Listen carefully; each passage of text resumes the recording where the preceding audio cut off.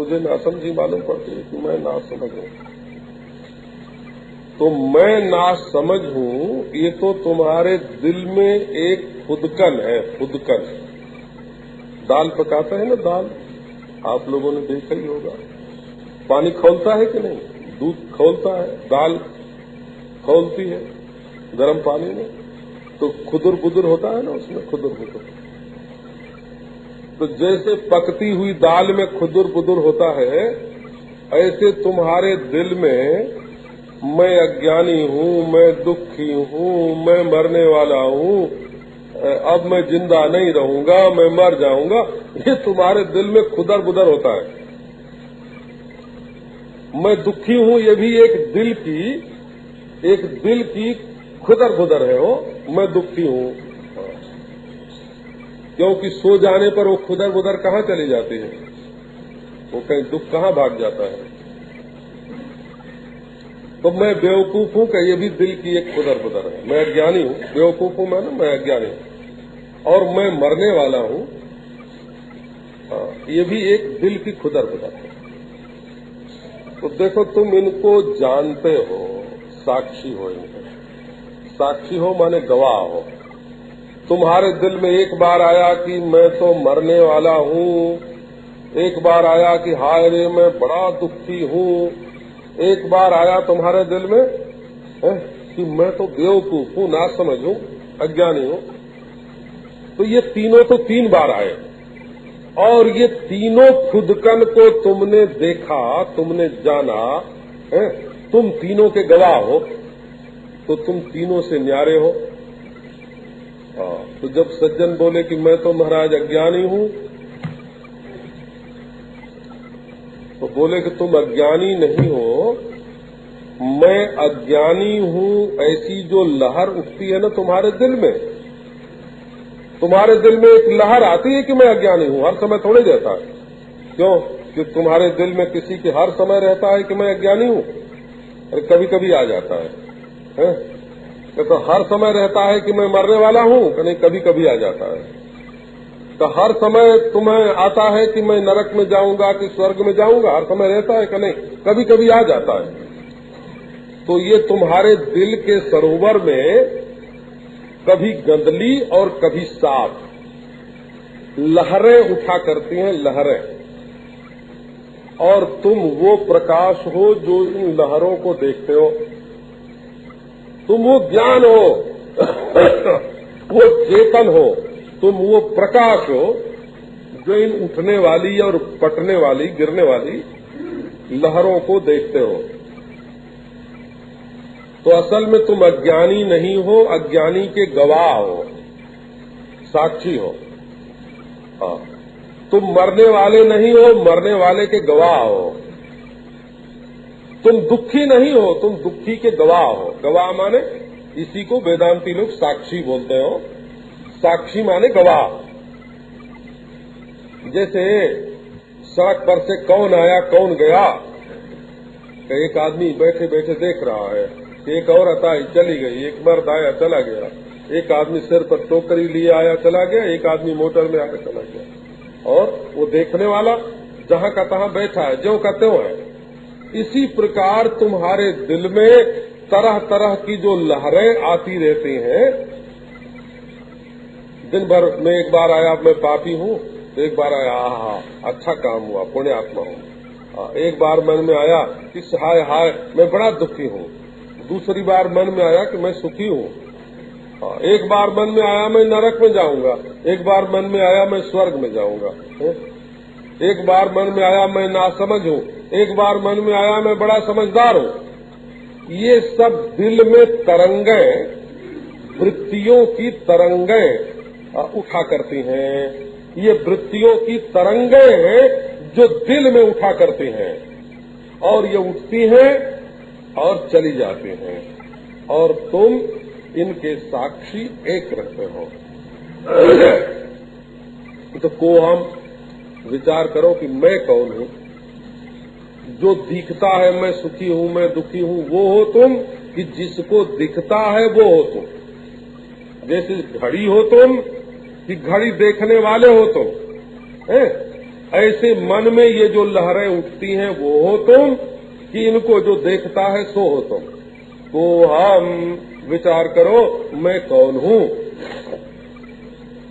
देखो, मैं बानिया हूँ, ये भी एक लहर है, और मैं ब्राह्मण हूँ, ये भी एक लहर है बोला। मैं गृहस्थ हूँ, ये भी एक लहर है, और मैं साधु हूँ, ये भी एक लहर है। मैं हिंदू हूँ, ये भी एक लहर है, मैं मुसलमान हूँ, ये भी एक लहर है। मैं मनुष्य हूँ, ये भी एक लहर है, और मैं देवता हूँ, ये भी एक लहर है बोला। और मैं मरने वाला हूँ, मैं जड़ हूँ, मैं परिच्छिन्न हूँ, मैं दुखी हूँ, ये भी एक लहर है। मैं सोता जागता विचारता हूँ, ये भी लहर है। और इन सब लहरों में जो एक रस है ना, वो अपना मैं है। अच्छा देखो, रात और दिन के रूप में काल का चक्र घूम रहा है, और पूरब और पश्चिम के रूप में दिशाएं फैली हुई हैं, और कण से, एक अणु से महान और महान से अणु होता रहता है। और इनका जो जानकार चेतन है वो काल नहीं है, काल का साक्षी है।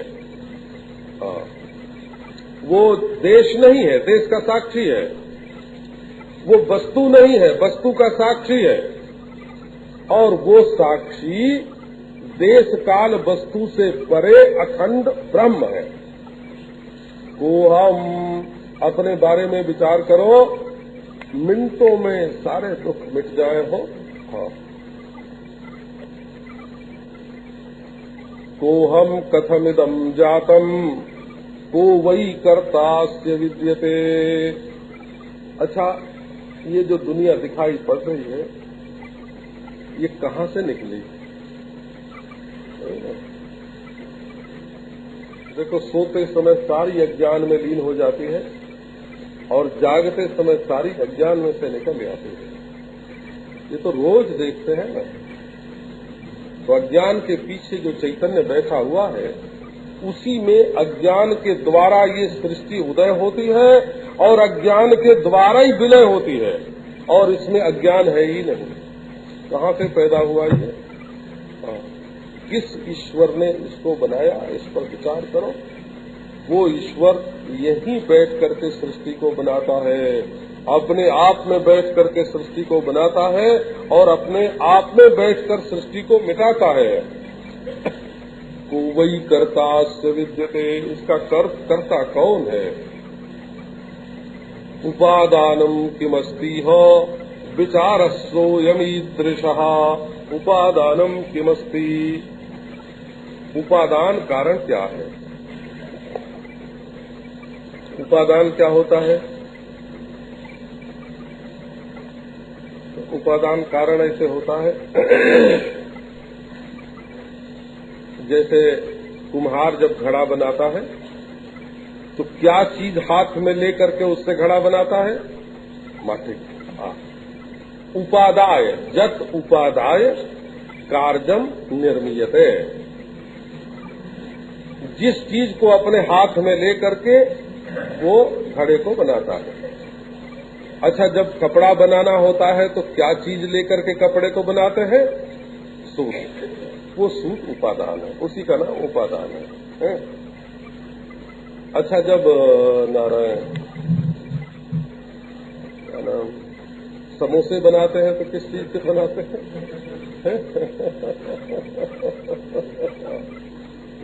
बर्फी बनाते हैं तो किस चीज से बनाते हैं? वही शक्कर। शक्कर उपादान है। बर्फी में, पेड़े में खोया उपादान है। खोया वो जिस मसाले से चीज बनती है उसको बोलते हैं उपादान। उपादान माने उस चीज में रहने वाला मसाला। घड़े को तौल लो, कितना वजन है? बोले शेर भर, 1 किलो। बोलो 1 किलो, उसमें क्या है? घड़े की शक्ल 1 किलो है। शक्ल में तो वजन होता ही नहीं। अच्छा, तो घड़े के नाम में 1 किलो है, नाम का वजन 1 किलो, कि घड़े के नाम का कोई वजन नहीं होता और घड़े की शक्ल का कोई वजन नहीं होता। घड़ा बना रहे तो 1 किलो और फूट के खपरेल हो जाए तो भी 1 किलो और पीस के माटी बना दो तो भी 1 किलो। वही जो 1 किलो उसमें है ना, उसका नाम है उपादान। सारी धरती पड़ी हुई है, उसका नाम उपादान नहीं है। जितना कार्य में अनुगत है, माने घड़े की शक्ल में जितनी मिट्टी है उतनी मिट्टी ही उस घड़े का उपादान है।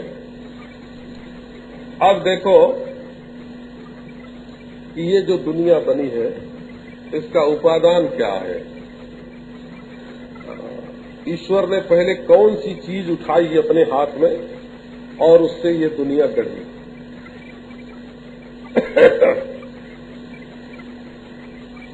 बोले कि देखो हम तो नहीं जानते हैं।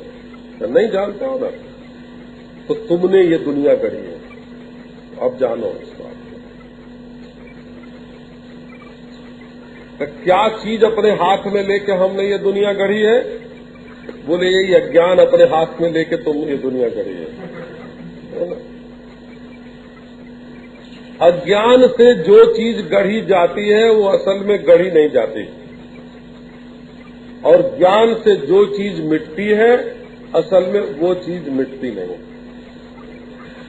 जैसे ज्ञान से सांप मर गया तो क्या मतलब हुआ कि असल में सांप नहीं था, और अज्ञान से सांप पैदा हो गया, इसका मतलब सांप है ही नहीं। तो ये जो न जानने में से तुम अपने आप को नहीं जानते हो, इस तुम्हारे अज्ञान में से इसी अज्ञान के मसाले को तुमने अपने हाथ में लेकर अपने आप से ही ये सृष्टि बनाई है।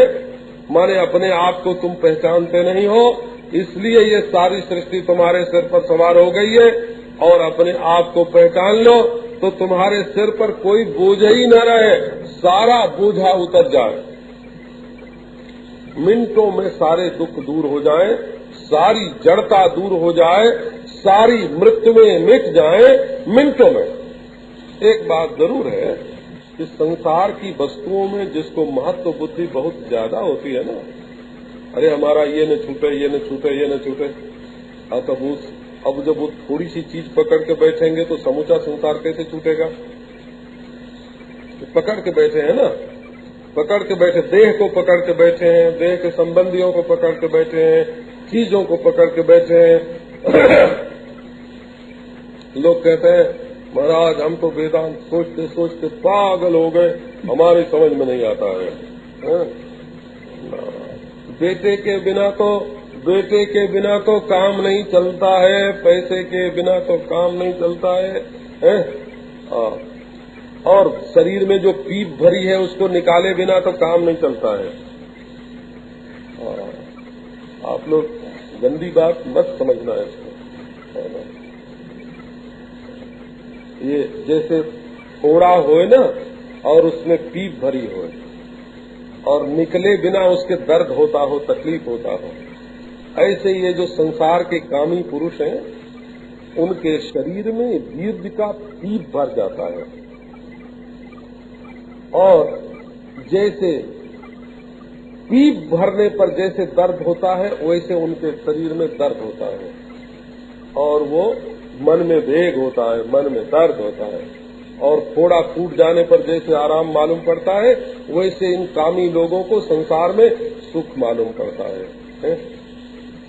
और कहते हैं कहा मैं देह नहीं हूँ, मैं ब्रह्म हूँ। ये शरीर का फोड़ा, शरीर की पीप तो तकलीफ दिए बिना मानती नहीं है। वेग तो भरा है, वेग तो भरा है हड्डी का, मांस का, चाम का, विष्ठा का, मूत्र का। और बोले अरे हमको तो ब्रह्म सोचते सोचते हम पागल हो गए। तो कहने का अभिप्राय क्या है कि सृष्टि का उपादान भी बनाने वाले भी तुम ही हो और बनने वाले भी तुम ही हो, माटी भी तुम ही हो और कुम्हार भी तुम ही हो। तो बोले हम कुम्हार भला माटी कैसे हो गए? कि तुम कुम्हार अपने को पहचानते नहीं हो इसलिए माटी हो गए। अपने को अगर तुम पहचानते तो तुम ही तुम रहते। तो ये उप माने पास से, आदान माने उठाना, उपादान माने उठाना।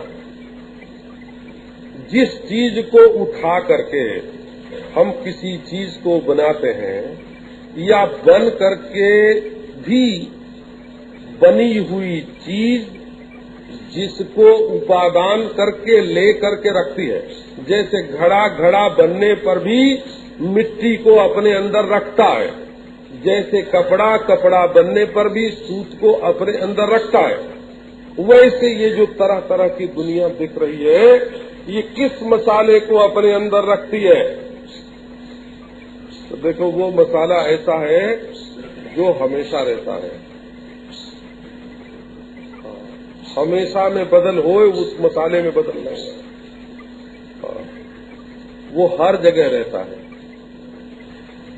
जगह में नहीं रहता है, जगह उसमें रहती है। वो समय में नहीं रहता है, समय उसमें रहती है। वो चीजों में नहीं रहता है, चीजें उसमें रहती हैं। अच्छा, माटी घड़े में रहती है कि घड़ा माटी में रहता है? घड़े का नाम रूप माटी में कल्पित होता है। घड़ा आधार हो और माटी आधेय हो तो बात नहीं, माटी आधार है और उसमें घड़ा आधेय है और कल्पित घड़ा आधेय है, वास्तविक घड़ा नहीं। नारायण, तो ये कथम उपादानम किमस्ति है, इस विश्व सृष्टि का उपादान क्या है? आप कोई कहानी सुन लो, चुटकुला सुन लो और समझ लो कि हो गई मुक्ति। थोड़ी देर के लिए हंसने का नाम मुक्ति नहीं है, थोड़ी देर के लिए खुश होने का नाम मुक्ति नहीं है, थोड़ी देर के लिए शांत बैठने का नाम मुक्ति नहीं है, थोड़ी देर समाधि लग जाने का नाम मुक्ति नहीं है। मुक्ति तो तब है जब अपने आप को पहचानो। तो मैं कौन हूँ, ये दुनिया कैसे दिख रही है, इसको बनाने वाला कौन है और क्या मसाला लेकर काहे के ताना, काहे के बाना, काहे के बरनी है, ताना बाना काहे का है इस कपड़े में, इस जगत जाल में ताना बाना काहे का है और किस भरनी पर ये बनाया गया है? विचार सोयम ईदृशा, ये विचार ऐसा है। तो अब उसी विचार को प्रारंभ करते हैं। नाहम भूत गणो देहो नाहम चाक्ष गणस्तथा एतद् विलक्षण कश्चित् विचार सोयमीदृशः अज्ञान प्रभवम् सर्वम् ज्ञानेन प्रविलीयते संकल्पो विविधः कर्ता विचार सोयमीदृशः नाहम भूत गणः।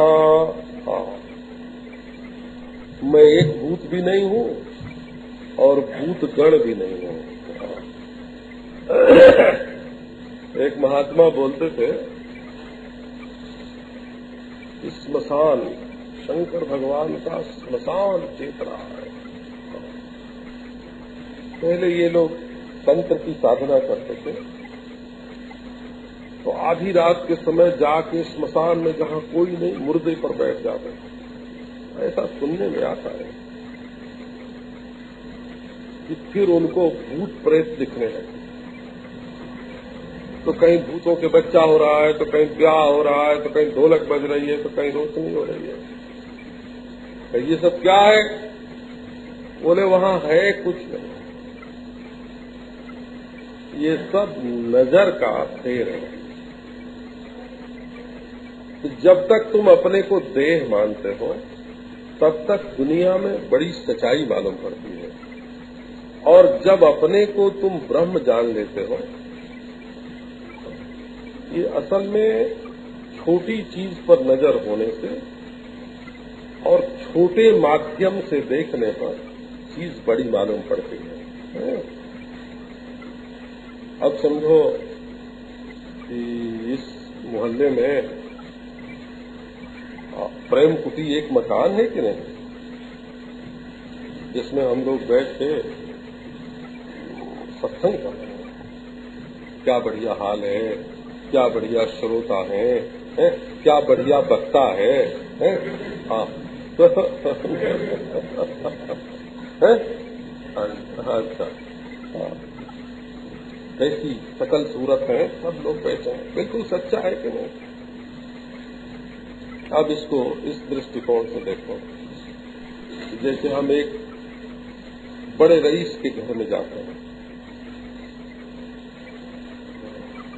तो रईस ने दिखाया हमारा ये मकान देखो हमारा। आजकल तो बम्बई में भी 20-20, 30-30 तल्ले के बनने लगे, ये मकान है मकान। ऐसा बम्बई में तो क्या एशिया में कोई मकान नहीं है। एक बार हम मसूरी में गए थे, एक सेठ की कोठी देखने के लिए, खुद ही ले गए थे हमको। 100 मील की यात्रा करनी पड़ी उनकी मोटर में, उनकी कोठी देखने के लिए। मसूरी में मार्बल की कोठी बनी हुई, सारी कोठी मार्बल की। उन्होंने बताया हमको कि एशिया में ये जो पहाड़ होते हैं ना, हिल स्टेशन जो होते हैं, कहीं भी एशिया में किसी भी हिल स्टेशन पर ऐसी कोठी नहीं है जैसी हमारी मसूरी में है। ऊपर स्नान करने की जगह कोठी के ऊपर बनी हुई। अच्छा, मतलब एक नक्शा रखा हुआ है। ये क्या है? का नक्शा है। काहे का है? कि सारी धरती का है, विश्व का नक्शा। अच्छा, विश्व का नक्शा है तो इसमें हिंदुस्तान कहाँ है? ये है हमारा जरा सा ये कोना, ये सिलोन दिख रहा है, और ये नक्शे में जरा सा कोना से, जरा सा 4 अंगुल का बना है, ये हिंदुस्तान है। इसमें बम्बई कहाँ आएगा? ये बिंदी जहाँ रखी है ना महाराज, यहाँ बम्बई। बोले इसमें प्रेम कुटीर कहाँ है? अब लोग सुन के जब कोई कहता है ना कि ब्रह्म में सृष्टि नहीं है या ब्रह्म में ब्रह्मांड नहीं है, जब ये बात कोई सुनता है तो कहता है क्या बकते हैं हम हैं इसमें, छाती ठोक के आगे आ जाता है कि क्या बकते हैं कि सृष्टि नहीं है, हम हैं इसमें। देखो धरती के नक्शे में भारतवर्ष 4 अंगुल है, और 4 अंगुल के भारतवर्ष में बम्बई एक बिंदी। हाँ, और बम्बई की बिंदी में प्रेम कुटीर नगारा, और आप सब लोग आप सब लोग। तो जब उस ब्रह्म की नजर से चीज देखी जाती है जिसमें काल की आदि नहीं और काल का अंत नहीं,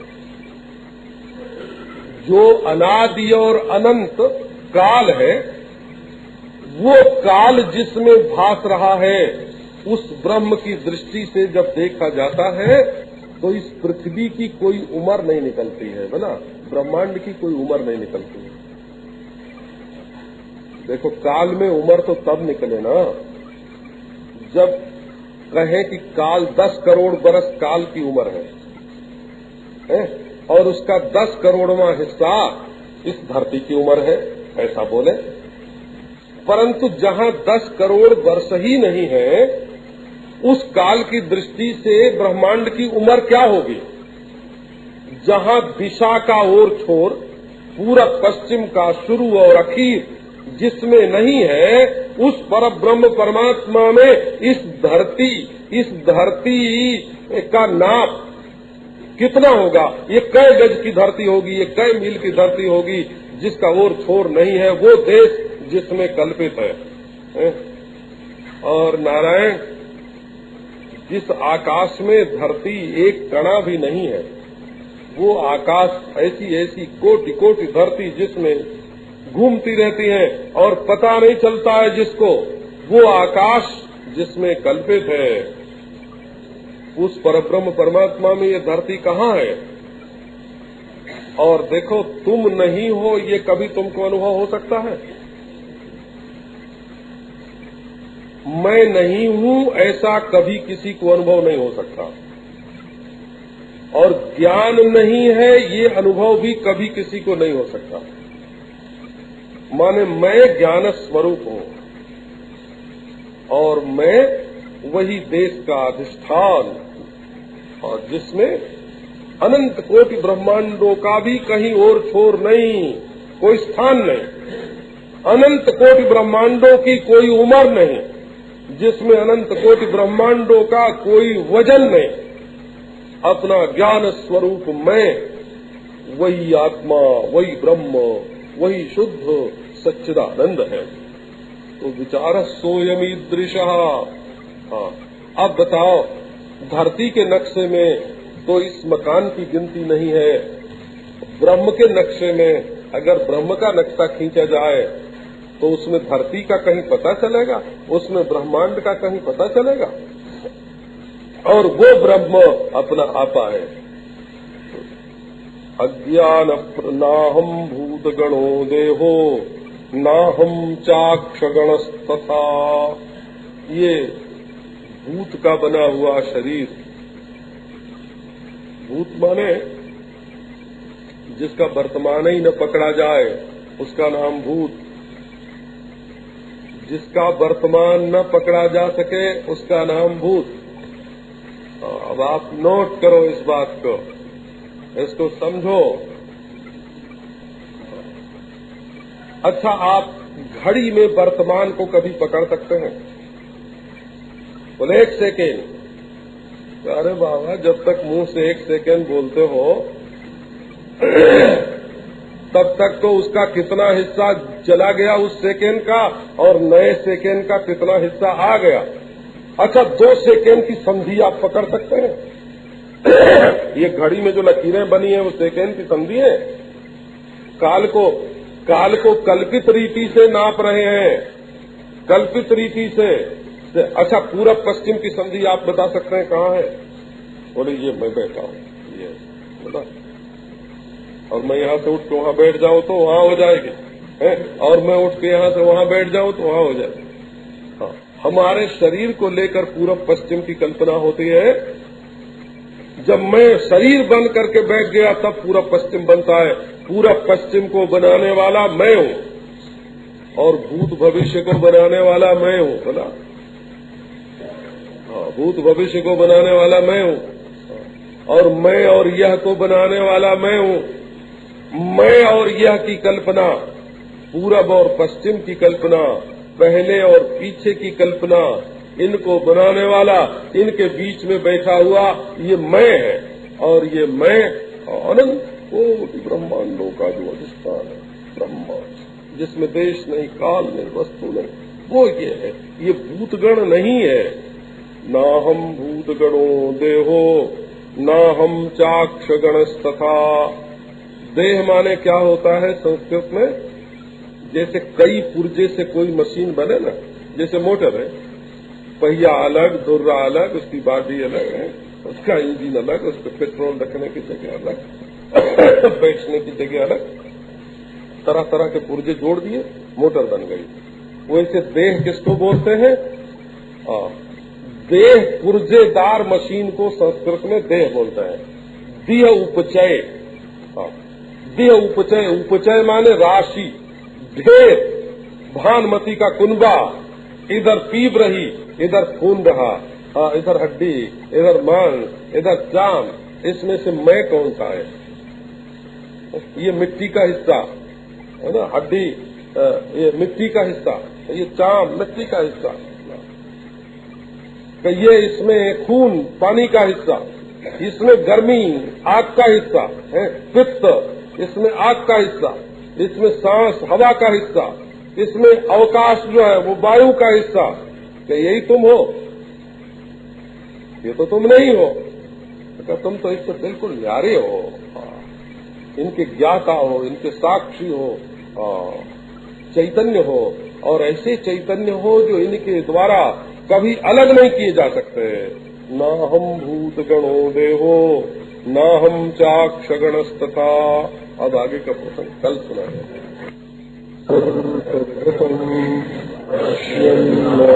मलिनाया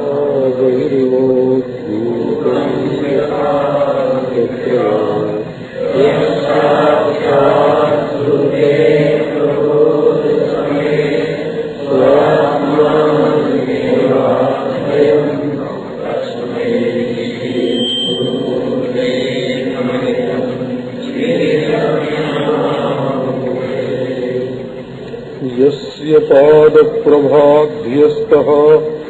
प्रपंचो भाति भासुरः तमहं सद्गुरुं वन्दे पूर्णानन्दं चिदात्मकम्। नाहं भूतगणो देहो नाहं चाक्षगणस्तथा एतद्विलक्षणः कश्चिद् विचारः सोऽयमीदृशः। अज्ञानप्रभवम् सर्वम् ज्ञानेन प्रविलीयते संकल्पो विविधः कर्ता विचारः सोऽयमीदृशः। एतयोर्यदुपादानम् सूक्ष्मम् सदव्ययम् यथैव मृद्घटादीनाम् विचारः सोऽयमीदृशः।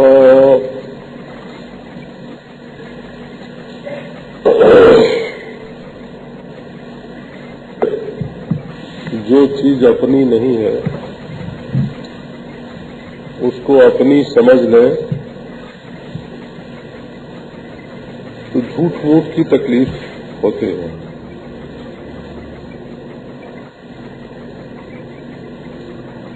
ये बात संसार में सर्वत्र देखने में आती है। दूसरे के खेत को अपना खेत समझ लो तो लड़ाई होगी ना। दूसरे की घड़ी को अपनी घड़ी समझ लो तो लड़ाई होगी। तो ये संबंधाध्यास इसको बोलते हैं। वेदांत में संसर्गाध्यास इसका नाम है। जो चीज अपने से मिलती जुलती है उसको अपनी मान बैठना और फिर उसके कारण दुखी होना।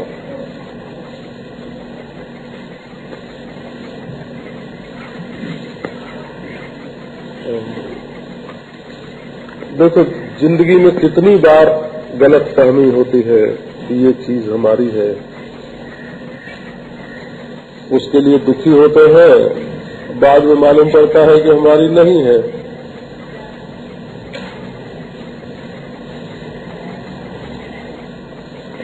तो ये जो देह है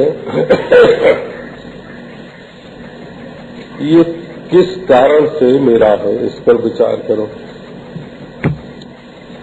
तो पहली बात तो ये है कि ये हमारी चीजों से बनी हुई हो। जैसे हमारे आटे से हम रोटी बनवावे तो कहेंगे भाई हमारे आटे से ये रोटी बनी है तो हमारी है, इसमें उपादान हमारा है। आटा उपादान है और रोटी उसमें कार्य है। और बोले चूंकि हमारे आटे से ये रोटी बनाई गई है इसलिए हमारी है। तो ये तुम्हारा देह जो है भले लड्डू शरीफा मीठा हो ये चमचम हो रसगुल्ला हो, पर इसका मैटर जो है इसमें जो उपादान है वो तो तुम्हारा नहीं है। तो ये देह तुम्हारा कैसे है? इसमें मिट्टी तुम्हारी है कि इसमें पानी तुम्हारा है कि इसमें आग तुम्हारी है कि इसमें हवा तुम्हारी है कि इसमें जो अवकाश है वो तुम्हारा है?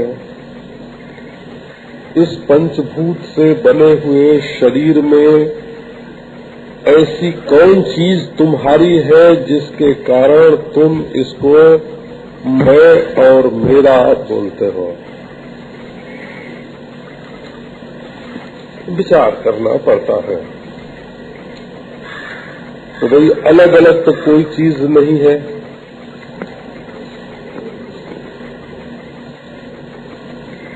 जिसकी मिट्टी है, जिसका पानी है, जिसकी आग है, जिसकी हवा है, जिसका आकाश है, उसी का ये शरीर है। तो तुम्हारा तो है नहीं, तो इसको मेरा कैसे माना? और फिर इसको मेरा माना सो बात नहीं, इसकी पूंछ को भी मेरा मानते हैं।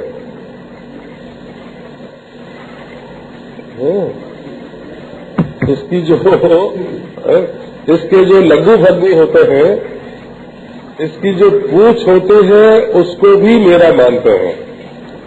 तो क्यों मानते हैं? इसलिए कि देह को मैं मेरा मानते हैं।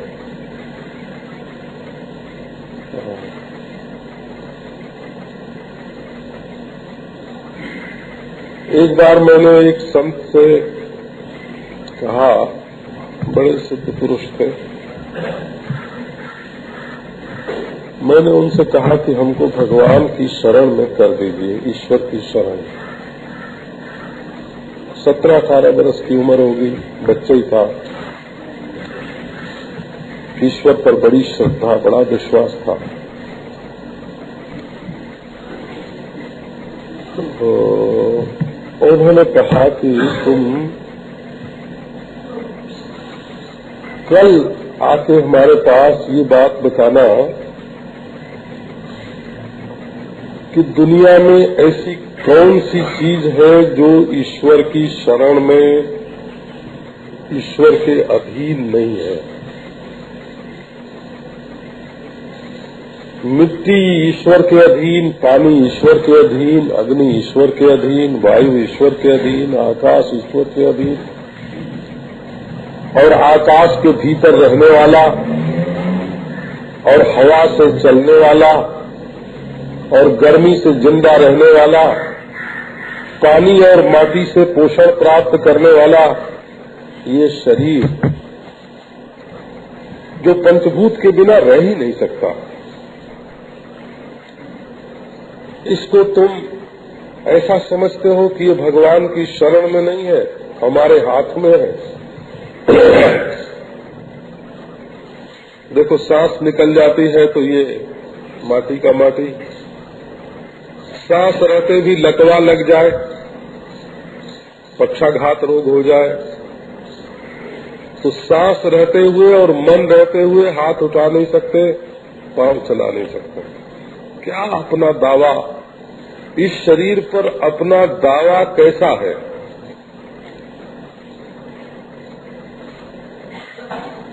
ये मैं मेरा करने के लिए भी कोई कानून चाहिए ना।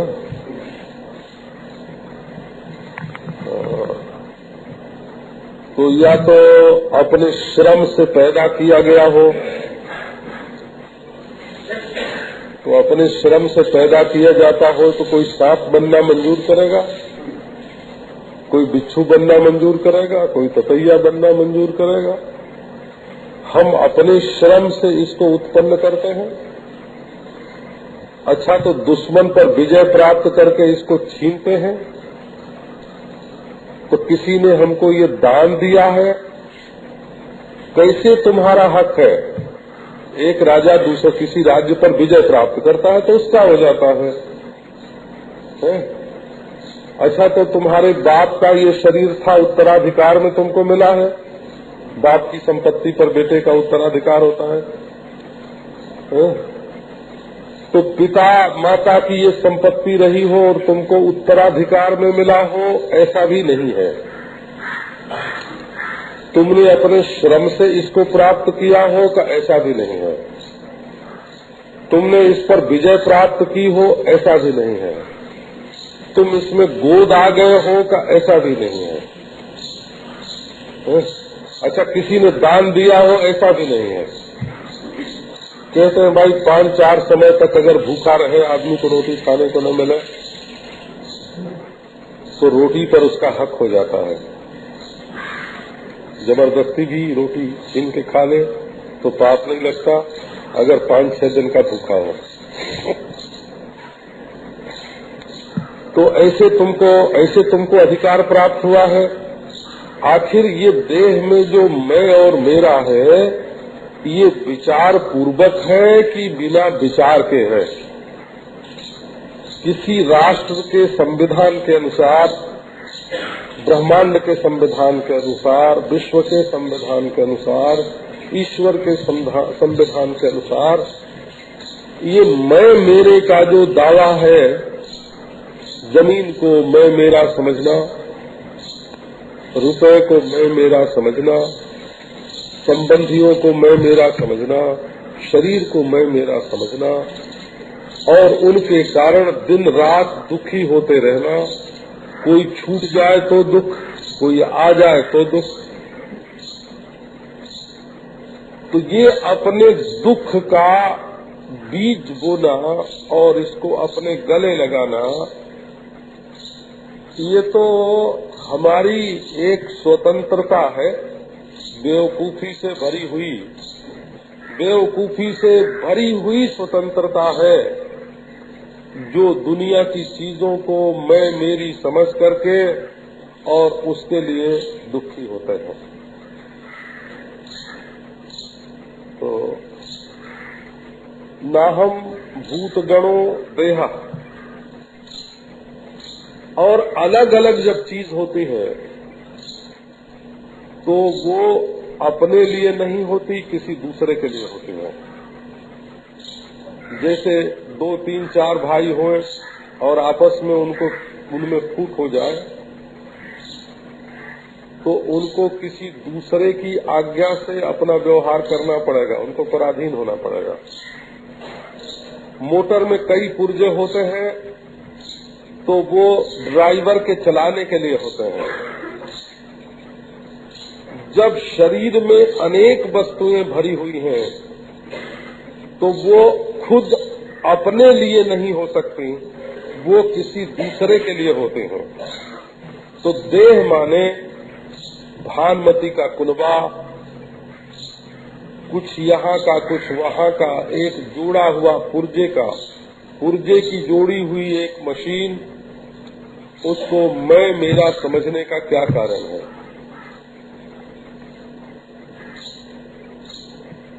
अच्छा कहो कि हम देह हड्डी मांस चाम तो नहीं है, इंद्रियों वाले हैं, तो इंद्रियां भी अलग अलग हैं। आँख केवल रूप को देखती है, कान केवल शब्द को सुनता है, जिह्वा केवल बोलती है, हाथ पकड़ने के काम आता है, पांव चलने के काम आता है। अब प्रश्न ये है कि ये पांचों तुम हो अलग अलग, सिर्फ आँख हो तुम, सिर्फ कान हो तुम, क्या नहीं मैं पांचों वाला हूँ? तो तुम पांचों से न्यारे हुए ना। ये अलग अलग रहने वाले 5 जिसके हैं वो तुम हो, माने इनके साथ केवल माना हुआ तुम्हारा ममत्व है। 5 चीज तो तुम नहीं हो, तुम तो एक हो, और इंद्रियां 5 हैं, तुम 5 तो हो नहीं सकते। कहो कि हम आँख में देखते हैं, हम कान में सुनते हैं, हम जीभ में चखते हैं, हम त्वचा में छूते हैं, नाक में सूंघते हैं, तो बहुत बढ़िया। परंतु ये जगह 5 हैं, ये औजार 5 हैं, तुम तो एक हो ना। जैसे एक ही बिजली पंखे में जाकर उसको घुमाती है, बल्ब में रोशनी कर देती है, हीटर में गर्मी ला देती है, रेफ्रिजरेटर को ठंडा कर देती है, लाउड स्पीकर में आके वो शब्द को बाहर फेंक देती है। तो बिजली एक है, परंतु मशीन अलग अलग है। तो इनमें से मैं कोई मशीन हूँ कि मशीनों का संचालक उनसे अलग है? तो चैतन्य और जड़ का विवेक होता है। क्या चेतन है और क्या जड़ है।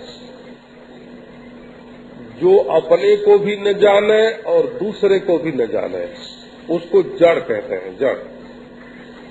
और जो अपने को भी जाने और दूसरे को भी जाने उसको चेतन कहते हैं।